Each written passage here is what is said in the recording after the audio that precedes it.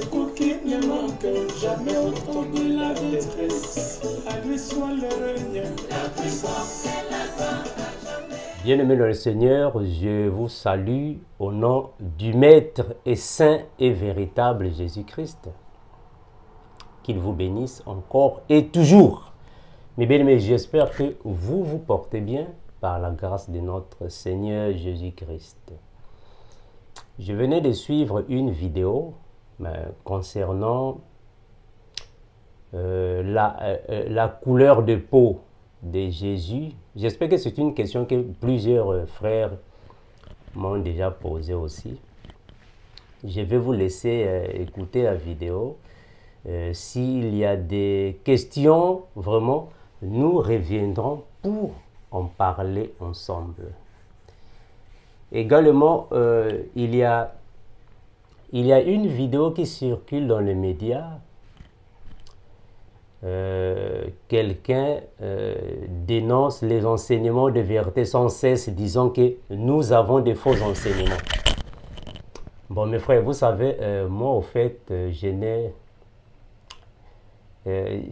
n'ai toujours pas eu le courage de répondre surtout aux personnes qui s'attaquent aux enseignements que nous donnons dans Vérité sans cesse, parce que en réalité, moi j'ai toujours cru que je ne suis pas obligé de répondre à tout le monde dans les réseaux sociaux, parce que moi je crois que il y a des enseignants de la Bible que je peux répondre dans les réseaux sociaux, mais il y a des personnes que vraiment je n'ai pas le temps de répondre, parce que vous savez, avant de répondre à quelqu'un, il faut s'assurer que la personne comprend réellement les Écritures, connaît réellement les Écritures. Et surtout à vous, mes bien-aimés, vous qui aimez dénoncer, il faut savoir que quand tu dénonces quelqu'un, la personne peut aussi réagir. Donc il faut être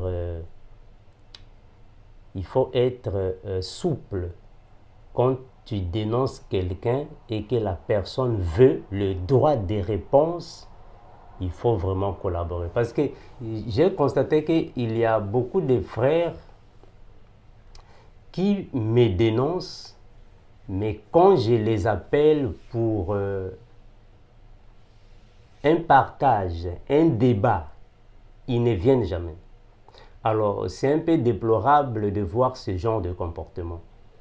Vous dénoncez quelqu'un et quand la personne réagit, vous n'êtes pas là, vous ne venez pas. J'ai déjà constaté ça à plus de 2 ou 3 frères chrétiens. Bon, vous dénoncez les enseignements que nous donnons dans Vérité sans cesse. Alors, quand on vous invite à un débat ou un partage biblique, vous ne venez pas. Donc, ça ne sert pas de dénoncer. Alors, celui-là a fait la même chose. Regardez, je vais vous montrer ça. Je vais vous montrer ça ici, afin que vous voyez, mes bien-aimés. Ça est là, cette chaîne. Alors, il vient de dire que, voyez ici, il a bien écrit, dénonciation d'un faux évangile subtil par la chaîne Vérité sans cesse. Ok. Maintenant, au fait, c'est que je n'aime pas, c'est quand les gens pensent nous dénoncer et quand on les invite, ils ne viennent pas. Je venais de mettre ici mon commentaire. Ici, j'avais mis mon commentaire, mais il a effacé le commentaire. J'ai mis le commentaire ici, il a effacé ça. Soi-disant chrétien. Alors ça, c'est ce qui, au fait, je n'aime pas. Dénonciation d'un faux évangile subtil par la chaîne Vérité sans cesse. Donc, c'est un peu ça, mes frères. Bon, malheureusement aussi, tu, tu mets un chapeau avec la croix, le chapeau. Bon, mais vous savez, c'est un peu déplorable de voir des choses pareilles. Hein? Quand vous dénoncez quelqu'un, il faut aussi accepter de venir affronter la personne. Très important. Tu dénonces quelqu'un et quand on t'invite pour un partage en direct, vous effacez le message. Est-ce que vous voyez mes bien-aimés? Donc, il y a beaucoup de frères chrétiens qui croient nous dénoncer.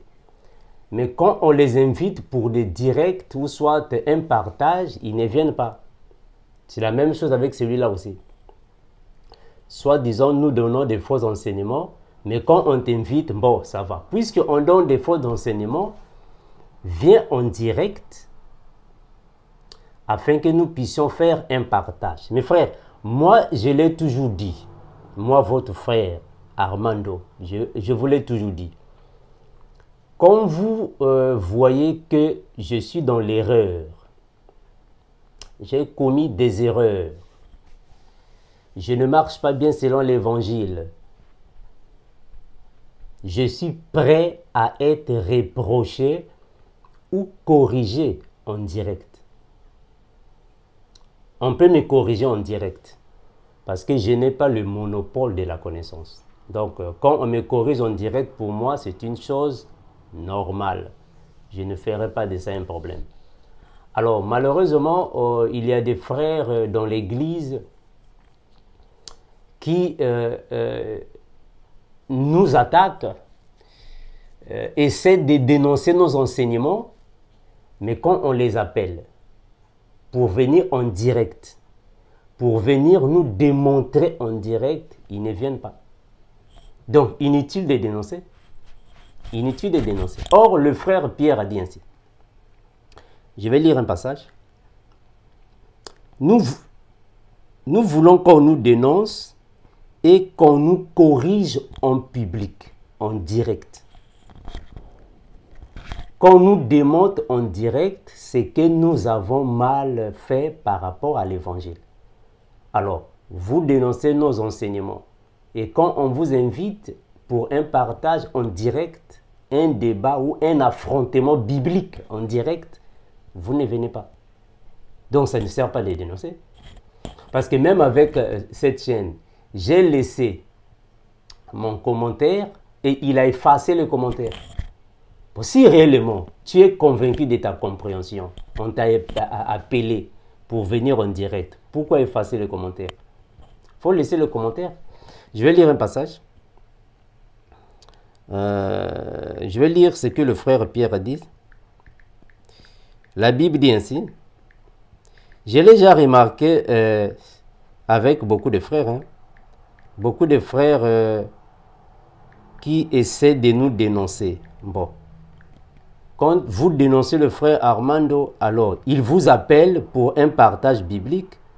Surtout les chrétiens, je parle des chrétiens. Je ne parle pas de n'importe qui. Je parle des chrétiens.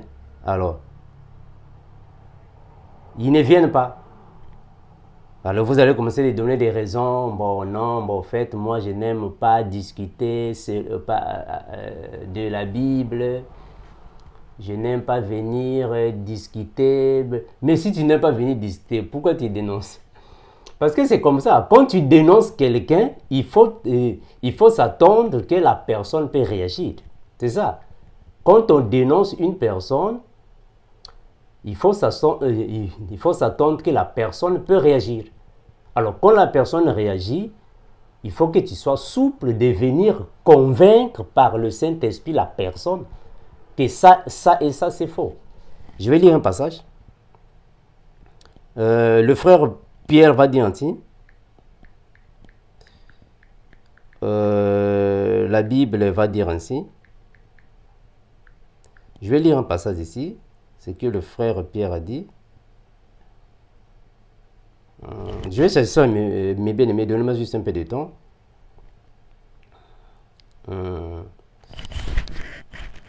Ok.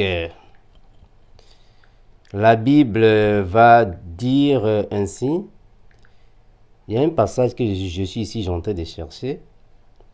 Non, frère, nous sommes disciples de Christ. Donc, quand il y a quelque chose qui ne marche pas, vous voulez nous corriger, nous acceptons les corrections, on ne refuse pas. Mais pour nous corriger, il faut accepter de venir nous affronter bibliquement. C'est très important. C'est très important. Je vais prendre un passage.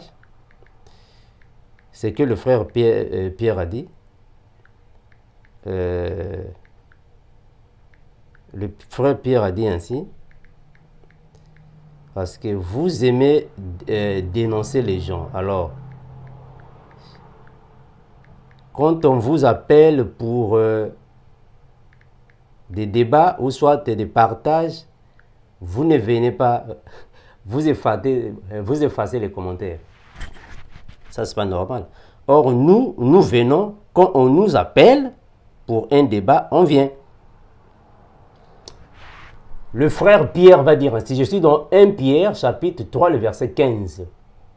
1 Pierre 3, 15. Mais sanctifiez dans vos cœurs le Seigneur, étant toujours prêt à vous défendre avec douceur et respect devant quiconque vous demande raison de l'espérance qui est en vous. Donc mes frères, nous sommes toujours prêts à nous défendre concernant les choses de Dieu. Donc nous ne sommes pas des gens qui viennent seulement, bon, on va dénoncer quelqu'un et quand la personne va réagir, vous ne venez pas. J'ai déjà fait ce constat avec 2 ou 3 frères dans le Seigneur, 2 ou 3 frères dans le Seigneur, qui m'ont dénoncé dans les réseaux sociaux. Non, le frère Armando, ça ce que tu as dit c'est faux. Frère Armando, ça ce que tu as dit c'est faux. Je les ai contactés, je dis ok, ça va, comme ça, ça et ça, ça et ça, ce que j'ai dit est faux. Alors, tu es passé en direct, soit tu es passé dans les médias. L'église m'a écouté et l'église t'a écouté. Alors, est-ce que nous deux, nous pouvons passer en direct sur un même plateau afin de examiner le même passage, le même sujet? Tu vas donner ta compréhension et nous aussi, nous donnons notre compréhension. L'église va juger. Si ta compréhension est la meilleure, nous allons nous soumettre à la compréhension. Nous dirons Amen. Mais si c'est la nôtre qui est la meilleure, soyez humbles d'être soumis à la compréhension. Bon, malheureusement, je laisse un message, tu effaces le message. Pour certaines personnes, j'appelle, mais malheureusement, non, bon, moi je n'aime pas. Mais si tu n'aimes pas, donc il ne faut pas dénoncer les gens. C'est un peu ça, mes frères. Donc, mais pour moi, c'est une chose normale. Hein. Pour moi, c'est une chose normale, un frère m'est dénoncé, parce qu'en réalité, nous n'avons pas le monopole de la connaissance. On peut toutefois nous dénoncer, parce que nous aussi, nous dénonçons les gens, ce qui est une chose normale. Mais quand même, j'aimerais dire ainsi aux chrétiens, que quand vous dénoncez une personne par rapport à ses enseignements, il faut s'attendre que la personne peut réagir.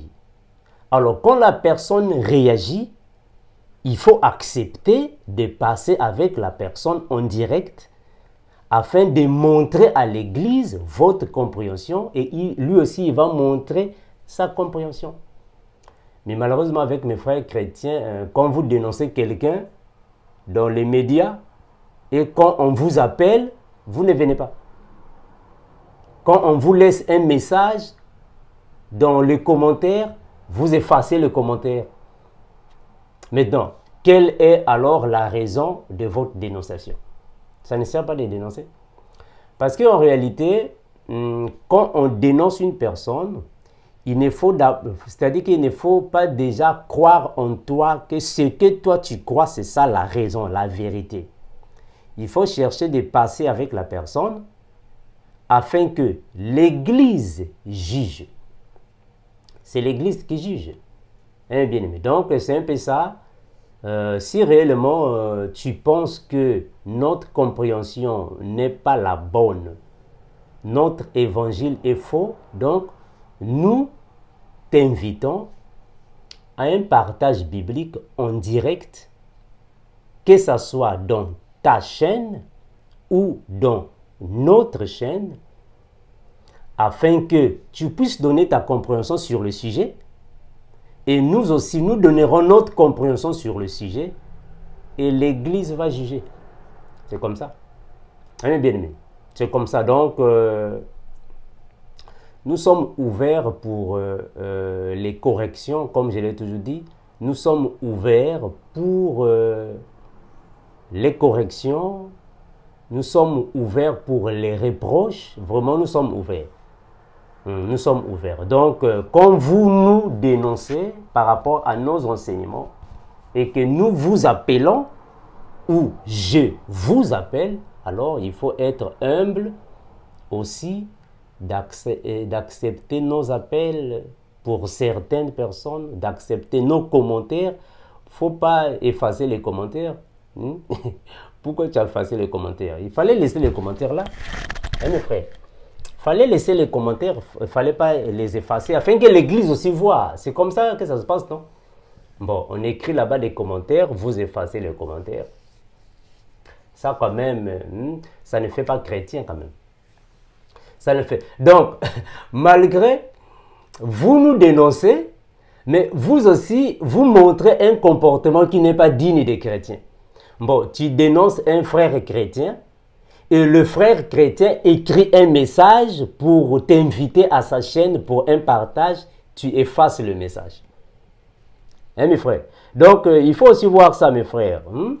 Avant de dire que l'autre fait de mauvaises choses, toi aussi, il faut d'abord voir ce que tu fais. Bon, tu fais une vidéo et on vient là-bas laisser le message pour t'inviter à un partage biblique en direct afin que l'Église juge. Bon, tu effaces le message. Bon, est-ce que ça, c'est un comportement digne des chrétiens? Ce n'est pas un comportement digne des chrétiens. Donc, nous sommes ici. Si tu crois que nos enseignements sont faux, nous sommes ici. Nos numéros de téléphone sont là. Appelez-nous afin que l'Église, le corps de Christ, soit éclairé. Mais bien aimé, j'aimerais vous laisser une petite vidéo. Vous allez écouter la vidéo. Ça parle de la couleur de Jésus. S'il y a des questions, comme nous faisons d'habitude, on va revenir pour plus d'éclairage. Suivez la vidéo. Imaginez-vous entrer dans votre église un dimanche matin, regarder les vitraux et voir Jésus avec une peau foncée, des cheveux comme de la laine et des traits qui ne ressemblent en rien à ce qu'on nous a enseigné. Est-ce que cela transformerait votre perception de lui? Cela changerait-il la façon dont le monde se perçoit? L'aspect le plus effrayant est que les preuves suggèrent que cela pourrait être vrai, alors que pendant des siècles, la vérité est restée cachée à la vue de tous. Pourquoi l'apparence de Jésus est-elle importante? Après tout, son message n'est-il pas plus important que son apparence physique? Cependant, et si son apparence physique avait servi d'outil d'oppression et d'effacement de groupes entiers de personnes? Et si la fausse image d'un Jésus blanc n'était pas un choix artistique innocent, mais un acte délibéré de contrôle? Lorsque vous commencez à résoudre cette question, vous découvrez une histoire fascinante qui commence avec la Bible elle-même et s'étend sur des siècles de colonisation, d'art et de lutte de pouvoir. Aujourd'hui, nous plongeons dans les versets bibliques les plus effrayants et les vérités choquantes qu'ils révèlent sur l'identité de Jésus. L'image de Jésus que la plupart des gens reconnaissent aujourd'hui, le personnage doux à la peau blanche et aux cheveux longs et flottants, ne vient pas de la Bible. Il vient d'artistes de la Renaissance, comme Michel-Ange et Léonard de Vinci, qui ont peint Jésus à leur propre image. Ce n'étaient pas des historiens, C'étaient des Européens qui créaient un art qui reflétait leur culture, leurs idéaux et, dans certains cas, leurs programmes politiques. Les galeries d'art et les cathédrales d'Europe n'étaient pas les seuls endroits où cette image existait. Lorsque les colonisateurs européens ont répandu le christianisme à travers le monde, ils ont apporté avec eux cette fausse image. De l'Afrique à l'Asie en passant par les Amériques, le Jésus blanc est devenu un symbole de domination, une façon de renforcer l'idée que la culture et le peuple européen étaient supérieurs. Il n'est pas étonnant que l'image d'un Jésus blanc ait laissé des cicatrices si profondes. La Bible ne décrit pas Jésus comme un homme à la peau pâle et aux cheveux clairs. En fait, il décrit à peine son apparence physique. Cependant, les détails des quelques endroits qui mentionnent son apparence présentent une image très différente. Par exemple, Apocalypse 1, 14-15 décrit Jésus comme possédant des cheveux comme de la laine et des pieds comme du bronze brûlé dans une fournaise. Laine épaisse et texturée. Bronze, sombre et riche. Ces caractéristiques ne sont généralement pas associées à un homme européen. Ensuite, il y a Ésaïe 53, 2, qui prophétise que le Messie n'aurait ni beauté ni majesté pour nous attirer vers lui.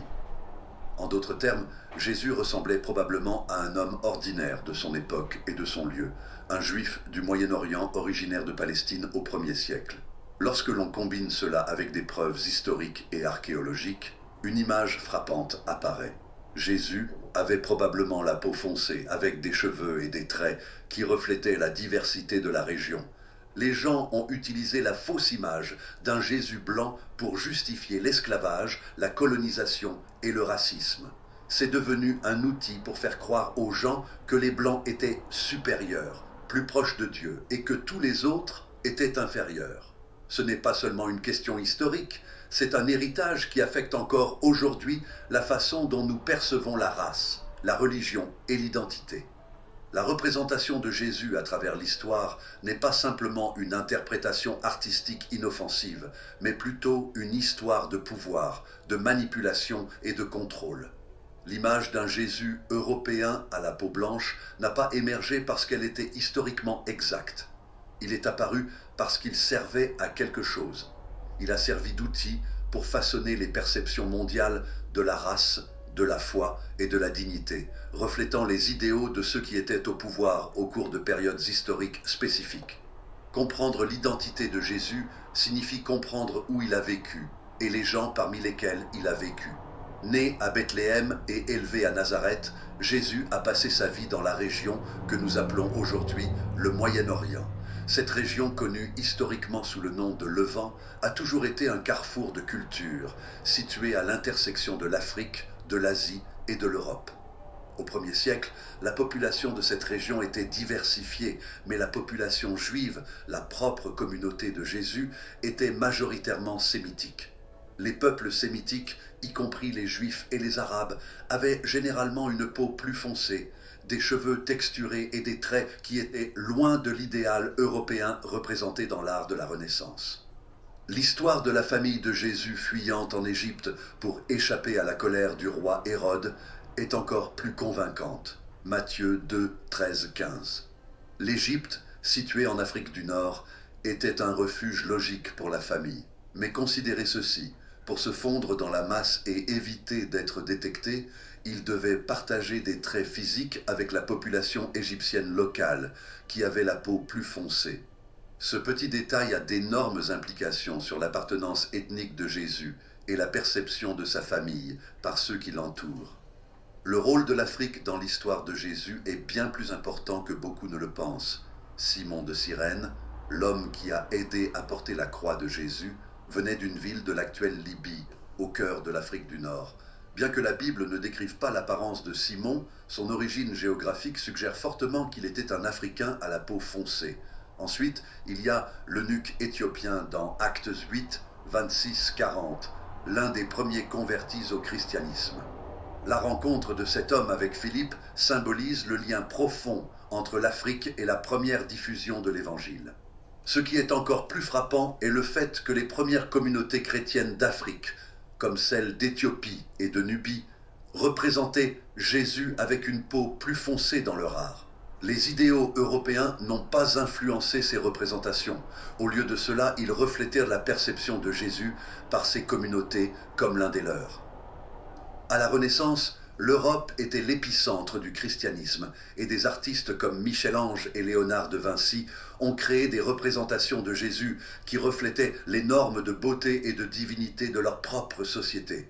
Les puissances européennes ont étendu leurs empires et exporté ces images dans le monde entier.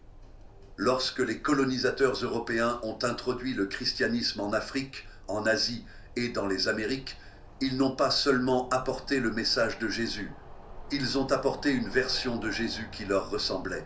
Cette image est devenue un outil d'oppression, renforçant l'idée que les Européens étaient supérieurs et plus proches de Dieu.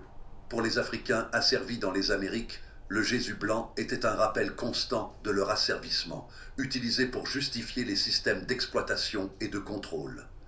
L'effacement de la véritable identité de Jésus n'était pas seulement une question de religion. Il s'agissait de façonner la façon dont les gens se percevaient.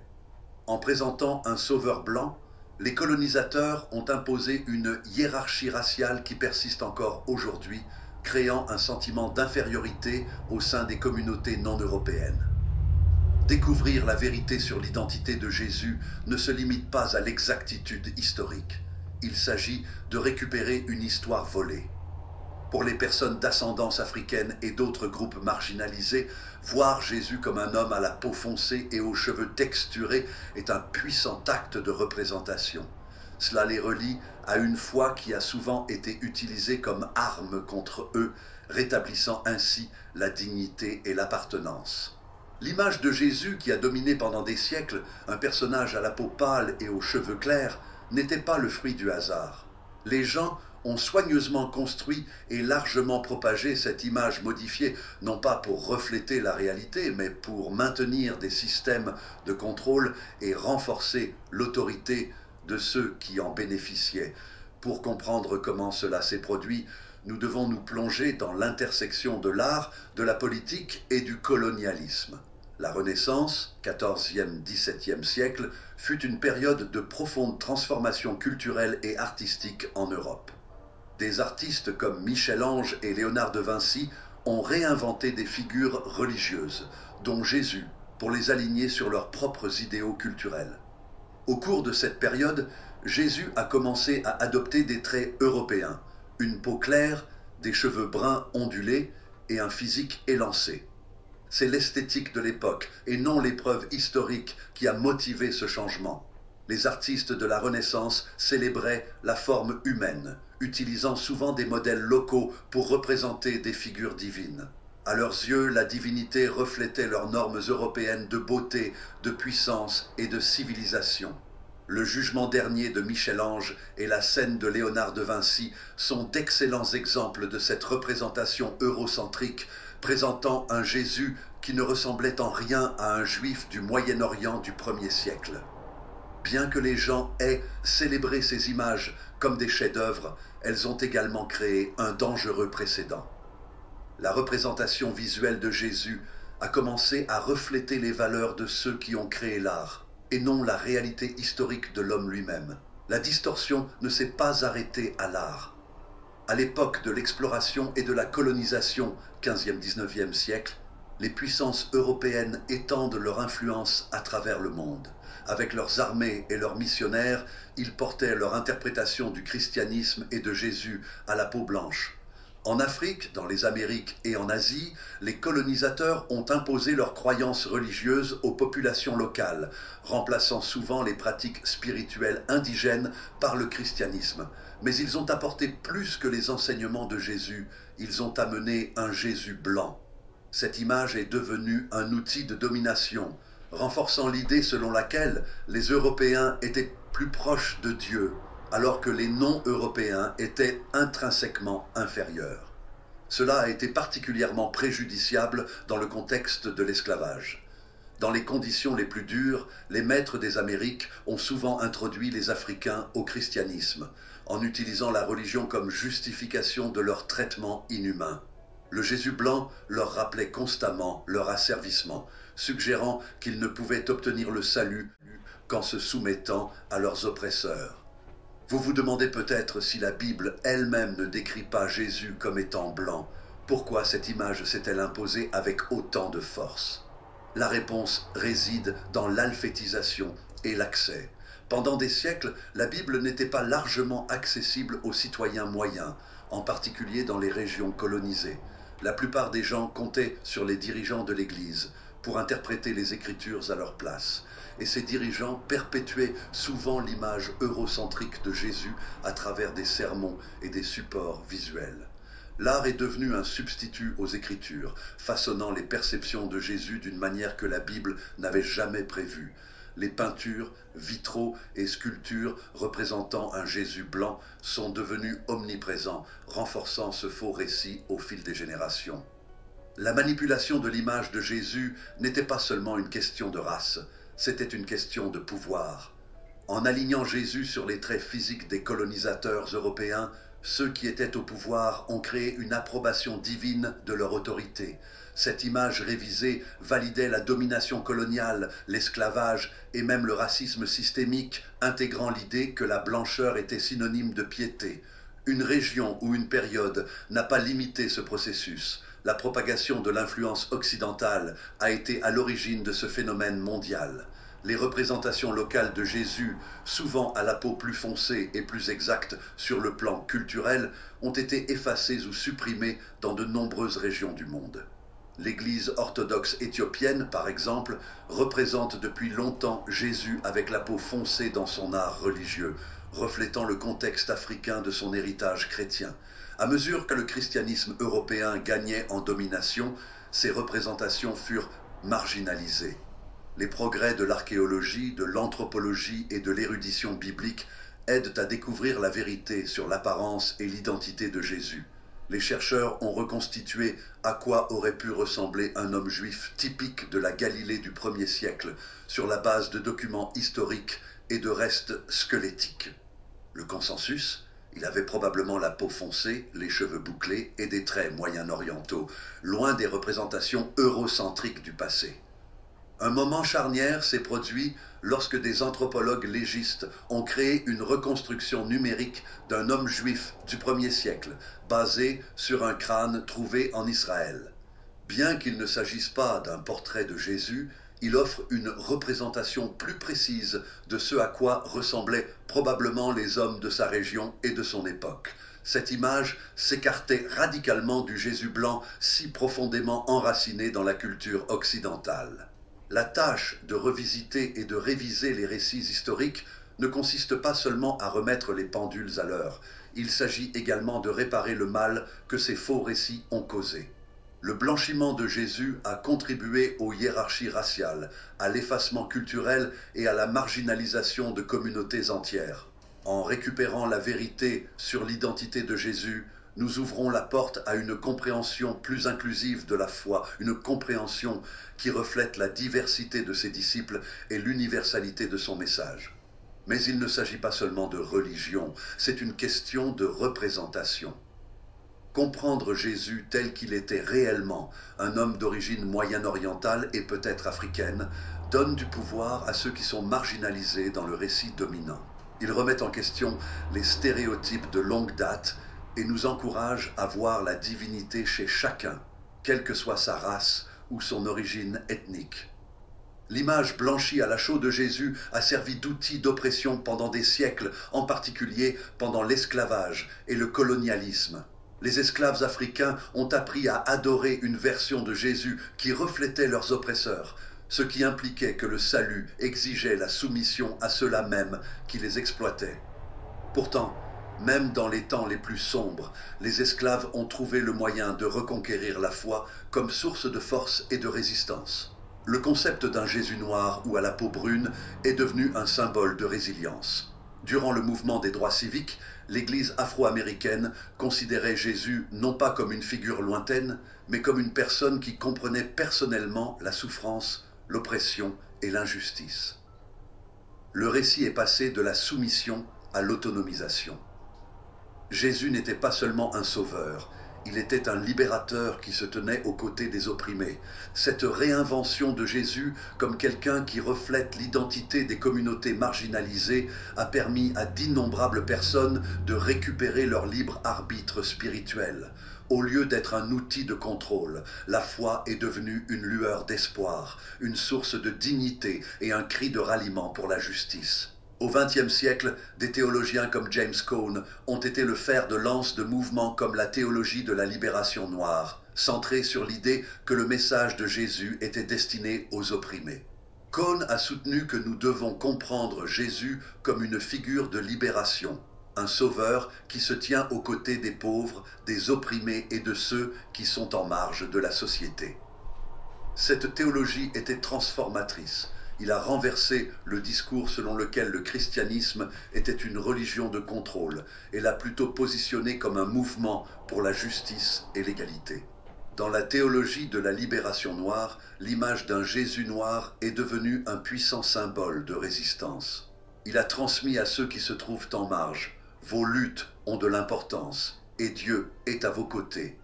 Vos luttes comptent et Dieu est à vos côtés. Les communautés afro-américaines n'étaient pas le domaine exclusif de ce mouvement. Partout en Amérique latine, la théologie de la libération a pris racine dans les années 1970, en particulier dans les régions pauvres et opprimées. Les prêtres et les théologiens ont commencé à prêcher que la vie et les enseignements de Jésus étaient un appel à l'action contre l'injustice systémique. Il rappelait aux gens que Jésus lui-même était né dans la pauvreté, avait vécu sous l'oppression romaine et défiait les puissants à chaque instant. L'acte de reconquérir l'identité de Jésus n'est pas seulement une question d'exactitude historique, c'est une question de représentation. Voir Jésus représenté comme un homme à la peau foncée et aux traits qui reflètent l'Afrique et le Moyen-Orient envoie un message puissant. La divinité n'appartient pas à une seule race, à une seule culture ou à une seule région. Cela appartient à tout le monde. La représentation est importante, car elle façonne la façon dont les gens se perçoivent. Lorsque les communautés de couleur voient un Jésus qui leur ressemble, cela affirme leur valeur et leur humanité. Ils remettent en question les récits néfastes qui les présentent comme inférieurs. Cela rappelle que Dieu les a créés à son image et que leur histoire, leur culture et leur lutte ne sont pas invisibles. Ce changement de représentation ne concerne pas seulement la religion. Il a des répercussions sur la société dans son ensemble. Cela change la façon dont nous parlons de race, d'égalité et de justice. Il incite les nouvelles générations à se considérer comme faisant partie d'une histoire divine qui les inclut pleinement.